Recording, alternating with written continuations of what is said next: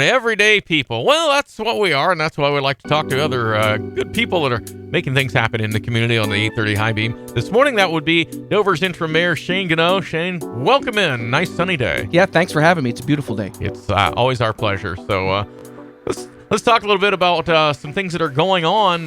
We always like to look in the future. We'll look in the past too, but in the future. And you said there's some things that are happening, and couple of them in cooperation with some other people. Let's talk about the Dover Philly thing first, if you want to. Yeah. So it's unusual, I guess, when you get a lot of local entities to come together and say, look, this is a project that we need to complete.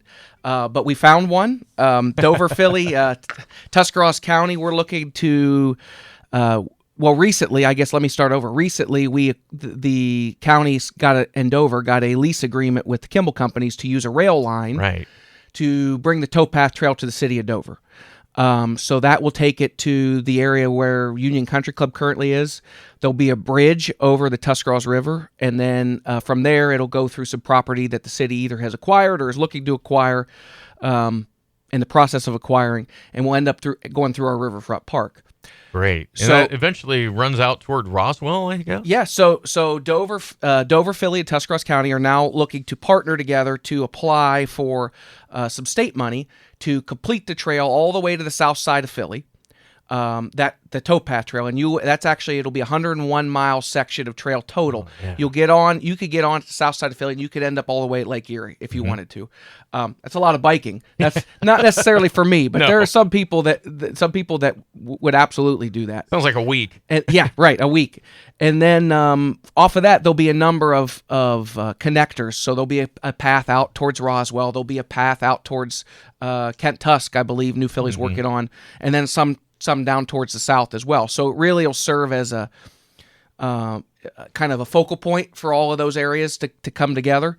And it has a real economic impact in that, there's tourism value there. People will get on and they like to go to specific sections. I think Tuscarawas Valley is probably going to be the most beautiful section when it's completed. And I think that will be a real shot in the arm to all of our area communities. Well, I think so too. And so where's it going to end up in Dover again? It'll come through the north side of Dover, running race basically along State Route 800. Okay.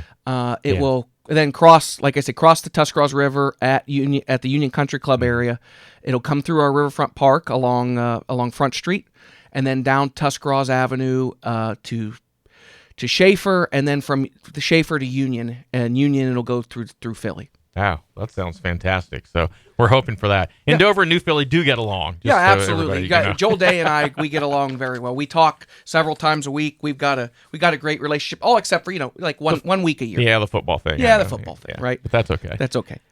Something else is going on too. There's some development north side up toward Peral. Yeah. What's happening there? So if you were on Worcester Avenue headed north towards Strasburg, there is about a 67-acre, what's currently a farm. Peral would be on your right. This farm would be on your left. Okay. That farm is in the city of Dover. Okay. It's one of our northernmost properties. A group of local investors bought the property. Mike Davis, Jeff Mathias, a few others bought the property a couple of months ago. And they have acquired it with the purpose of developing it into a new commerce park. So we'll have, at least at the conceptual level, they're looking at like retail, restaurants, grocery, fast food, those kind of things, maybe a pharmacy, those kind of things along Worcester Avenue. And then as you move further back into the property, some light manufacturing. All told, they're looking at about, if they hired a national real estate firm to help market the property, led by Rico Petro, a former Dover guy, now living up in Cleveland. And they've got a whole group that's reaching out to national accounts, trying to market that land to different entities. All told, they expect it to be about a $40 to $50 million investment in the community. And that's a lot of jobs for people. That's a lot of, hopefully it'll be a shot in the arm for tax revenue for the community. But all in all, it's an important thing for quality of life. All the ones they mentioned, I might have to get a second job because my wife will spend all her time shopping there probably. Yeah, we'll keep you busy. That's nice bi-level thought, though, because I'm sure the retail things will be right by the road front, and then the manufacturing, a little, go behind there, and people work there all day. Yeah, the busier part of the road, obviously, that's where the the restaurants and those kind of things, restaurants, grocery, Yeah. Those kind of stores want to be. And then further back behind, the plan is to look at putting some roads back into the property, and those were where you would be looking for manufacturing. There's a rail line that runs along there.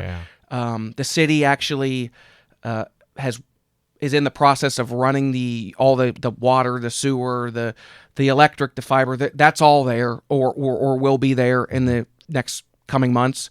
So now it's just a matter of making sure that we get those accounts in there and bring about progress for the people of Dover. Well, you said a lot of jobs. Maybe you can get your wife a job there, and then she can just stop at the stores on the way back. I'm not sure that would really help me in the long run. Hey, we shouldn't be talking about this in the beginning of November, but you're paving? Yeah, we are paving. Yeah, our paving came in a little bit under budget. That's good. Yeah. Hey, anytime something comes in under budget, that's a great thing.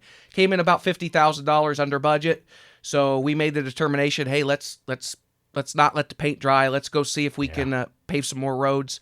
Fortunately, the weather's going to cooperate. Yeah. You get into November and it can get pretty hairy as far as the weather goes. But the weather's going to cooperate. We're going to pave the remaining section of Walnut Street between Slingleaf and 15th. That's actually going to start this morning. It'll take about 3 days. So knock on wood, hopefully we'll have good weather for the first half of the week.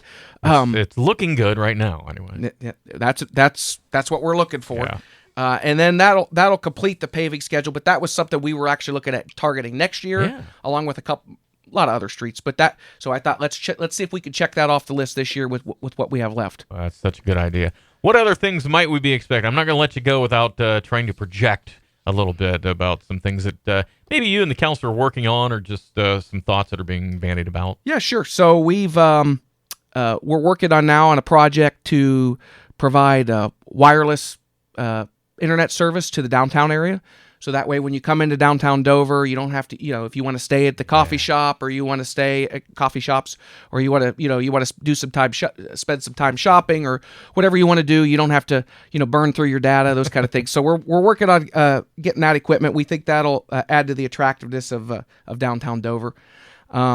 Few other things, like we've received a lot of private donations this year from different entities that want to sponsor specific projects. Okay. We're looking at doing a dedication for our veterans memorial in the square of Dover. Waiting on the stone to arrive. Like everything else, it was back ordered. Yes. But we're hoping to have the stone this week. And so once we have that and it's in place, we'll get a firm date on when we want to dedicate that. That would be at 3rd and... It's at 3rd and Worcester, right there in the corner. Oh, yeah, okay. If you know the Spanish Ballroom building, it's right in front of that. All right. So it'll be that's a real nice project. That was one of those things where you really get overwhelmed by the generosity of the community. Yeah. We started off and we said, with a more modest project, and we said if we could raise $18,000, that would be phenomenal. Mm-hmm. And we just put it out in the paper that we were looking to do this, that we wanted to have a monument to honor all those the veterans who've served in Tuscarawas County, in Dover, but in Tuscarawas County as a whole, and in any branch of the military. And we ended up collecting $60,000 in private donations. And so we have we obviously enlarged that project. We added some seating, we added some lighting, we added a flagpole, and a number of other things, some landscaping. And it's really going to be something that the community can be proud of when it's all said and done. Well, we can't. Is there a projection on when that, or we're just waiting for the stone? And assuming the stone arrives tomorrow, we'd like to have a dedication maybe the week of the 19th. Oh, okay. But we'll, let me play that by ear. Don't hold me to that yet. We can't. I know. But that is the goal. We were told it was going to be here in September, and then it was October, and then so. They tell me it'll be tomorrow, the 8th. So all right. We're looking forward to that. Very good. Anything else you want to pass along? No, other than, like I said, we've received a lot of support, a lot of private donations from the community for a lot of positive improvement projects, things like a picnic shelter and a riverfront park, improvements to paths, privately funded improvements to paths, to walking trails in the city park, the main city park up by Dice Hill. Yeah. And I just want to say thank you to all those groups who've supported the city this year and donated their time or their labor and really got on supported our mission to make the city of Dover a little better place for everybody. It's always great to see progress, isn't it? It's always great to see progress. Well, thanks for progressing in here and getting us up to date. We appreciate it. Yeah, thank you. I appreciate it. That is the interim mayor of Dover, Shane Gunnoe, our guest this morning on the 8:30 High Beam here on the B Team Morning Show.